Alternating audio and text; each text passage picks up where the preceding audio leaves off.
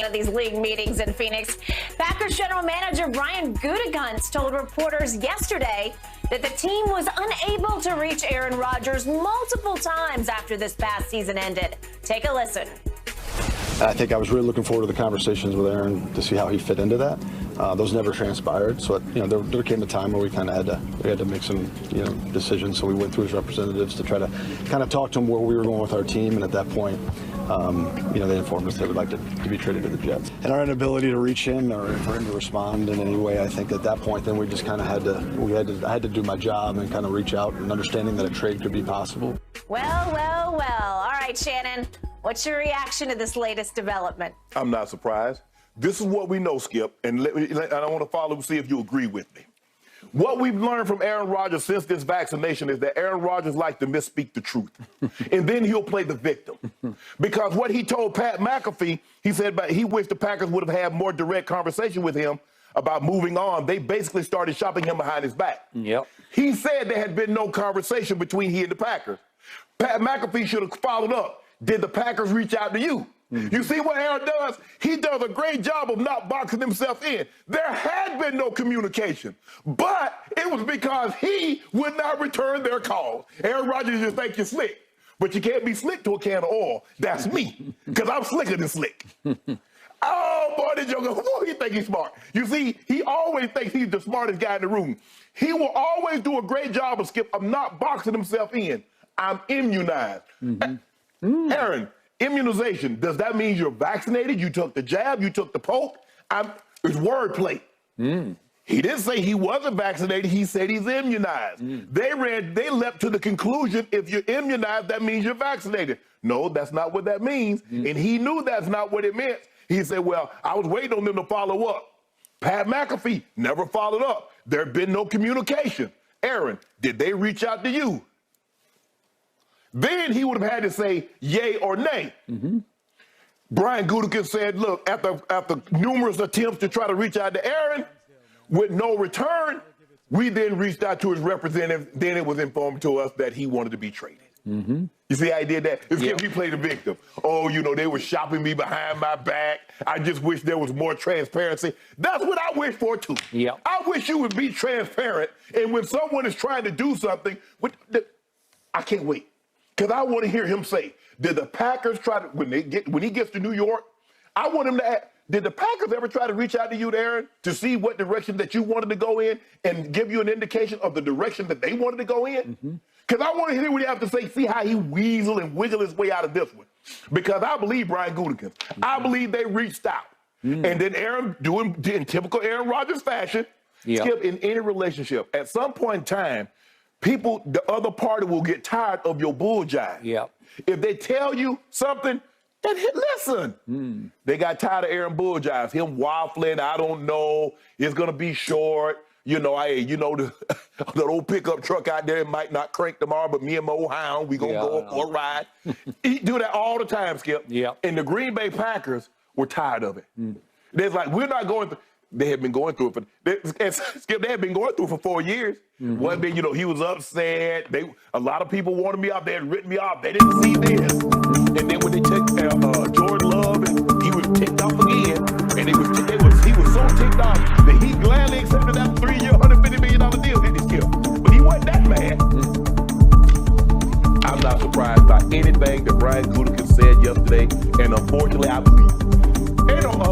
Fortunately, I believe everything that he said. Every single thing. Every single thing. So, I started saying back in 2007 on national TV, this guy is a master media manipulator. He is often careless with the truth when it benefits him to be careless with the truth. He sort of ducks and dodges around the truth when it benefits him. Which is why I loved every word that came out of Gutekunst's mouth yesterday, because he basically went scorched earth on Aaron Rodgers and put every ball right back in his court by, I don't know how many ways you could call a man a liar without actually using the word liar, but he did. And he said, I don't want to put this on anybody. Yeah, you do, because you're putting it on him, and then you put him on him, and him, and him, and him, and him.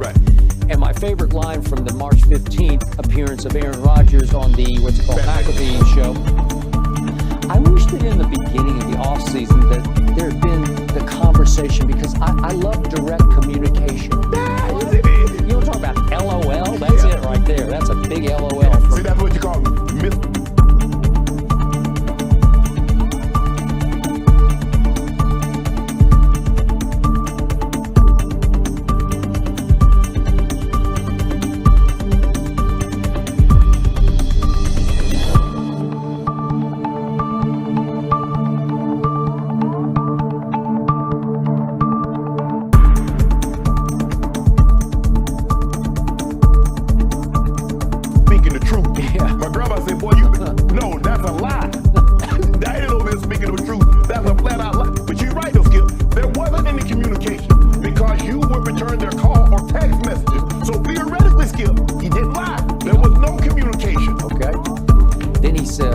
Aaron Rodgers on the McAfee show, I came out of the darkness, his darkness retreat, and I saw the light.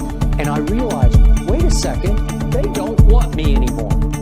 No, you never even talked to them. You decided you didn't want them. Thank you. Because Thank you. Gutekunst said, we were informed by his representatives he wanted to go to the Jets. Thank you. Okay, well, again, what do I call Aaron bleeping Rodgers? He is the ultimate blame deflector, finger-pointing blame deflector. Well, this is the all-time blame deflection. Don't look at me. Don't blame me. It's their fault. Yeah. They don't want me. Well, they don't want you now, right. but I think they probably did want you in the beginning. They were open. We could have had a conversation. Yeah. This is what we're thinking. Tell us what you're thinking. Are you retiring or what? Because, Skip, we never know. It's kind of hard to build a roster when you're starting quarterback. I might retire. I might not retire. I don't know if I got this many months in me or that many years in me. So it got to be redundant for them. And it's like, okay, let's have this conversation sooner rather than later. Okay. So the one thing Gutekunst did yesterday was, even though he called out Aaron Rodgers, he also outed himself, because he basically said, we are completely and utterly done. So there's no more negotiating room in there about maybe not. No, ain't no day. Okay, it's done. Yeah. And the other news of the day at the league meetings, the owners' meetings, was that there was some thawing in the negotiation between Packers and Jets, that now it's starting to look more and more like Gutekunst, and he had acknowledged he's backing off the 13th overall. Yeah, he will never get that. He's not going to get it. The Jets recently acquired a second round pick. So that should be on the table. Yeah, you can get that. You can get one of them. You ain't getting both. Okay, but there's speculation, and a lot of Florio wrote about it, several people wrote about it, Yahoo wrote about it, Charles Robinson, that the thought is that the deal on the table is the hard 2 this year, and then a 2 next year, with conditions on it that, depending how Aaron Bleepin plays as a Jet, it could go to a 1. But you're going to have to put some conditions on it that would make it, he's got to make the Pro Bowl or what, I don't know what the condition would be, or they got to win. No, you got to get go to Super Bowl championship. Whatever, something like that. Because I want to make it more, I want to make it difficult. Okay. That it could go to a 1. That's the kind of deal that needs to get made. And everybody's sort of gut feeling after yesterday back and forth is that it's going to get done in the next 2 or 3 days. Well, it needs to get done for the sake of the league and the schedule and all of the above. Okay, so the other interesting angle, where does this leave the Packers? Because it did catch my eye and ear that Andy Reid was asked about Jordan Love. I don't like the question exactly that a reporter asked him, because the question was, what did you think about Jordan Love in that quarter, in that game that he played against you 2 years ago? Well, he didn't just play a quarter, he played the whole game. I think the reporter was confusing what Jordan Love did at Philadelphia, because that was quarter-ish. I don't know exactly how long it was. Absolutely right, At Philly last year, that's when you and I raised our eyebrows, because he went 6 of 9 for 113 with a touchdown and no interceptions.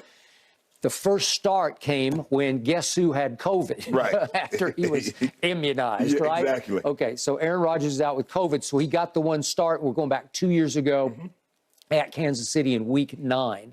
The final score was only 13-7, so he managed only 7 points. He went 19 of 34 for 190, touchdown and an interception. The QBR was low of 33. He wasn't bad, but he wasn't great. Right. But it was his first start against a really good team on the road. On the road at Arrowhead, where you've played many games.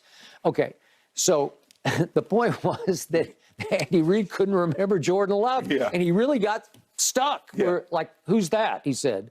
I'm trying to remember Jordan Love.